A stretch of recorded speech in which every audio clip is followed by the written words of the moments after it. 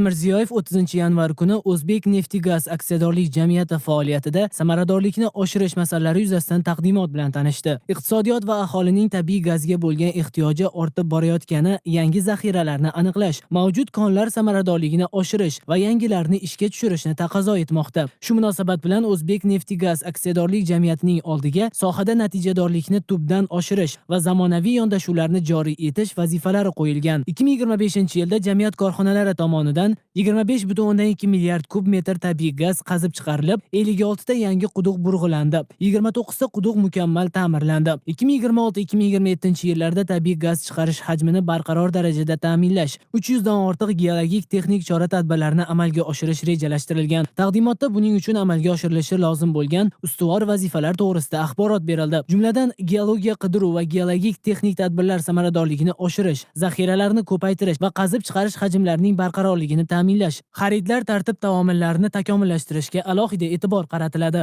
Shuningdek, gazni chuqur qayta ishlash orqali qo'shilgan qiymat zanjirini yaratish, import o'rnini bosuvchi eksportbop mahsulotlar ishlab chiqarish, jamiyat va uning korxonalarini moliyaviy sog'lomlashtirish choralari ko'riladi. Kompaniya faoliyatida operatsion samaradorlikni oshirish, xususan sohaga oid bo'lmagan aktivlarni tasarrufdan chiqarish, homiylik to'lovlarini to'xtatish hamda xarajatlarni maqbullashtirish orqali moliyaviy barqarorlikni ta'minlashga ustuvor ahamiyat qaratilishi qayd etildi. Ishlab chiqarish jarayonlarini raqamlashtirish, sohada sun'iy intellekt texnologiyalarini keng joriy etish, shuningdek ichki nazorat va compliance tizimini kuchaytirish, moliyaviy aktivlar harakatini nazorat qilish, korrupsiya va manfaatlar to'qnashuvining oldini olish masalalari jamiyat faoliyatining muhim ustuvor yo'nalishlari sifatida belgilandi. Davlat rahbari belgilangan vazifalar va rejalashtirilgan barcha tadbirlar ijrosini aniq hisob-kitob, qat'iy intizom hamda shaxsiy javobgarlik asosida ta'minlash yuzasidan mutasaddilarga topshiriqlar berdi. Taqdimotda geologiya qidiruv ishlarini olib borish jarayonida, shu jumladan Surxondaryo viloyatida qayd etilgan texnogen holatlarga ham to'xtalib o'tildi. Bunday holatlar yangi istiqbolli maydonlarni izlash, quduqlarni chuqur burg'ilash va geologik qatlamlarni o'rganish jarayonlarining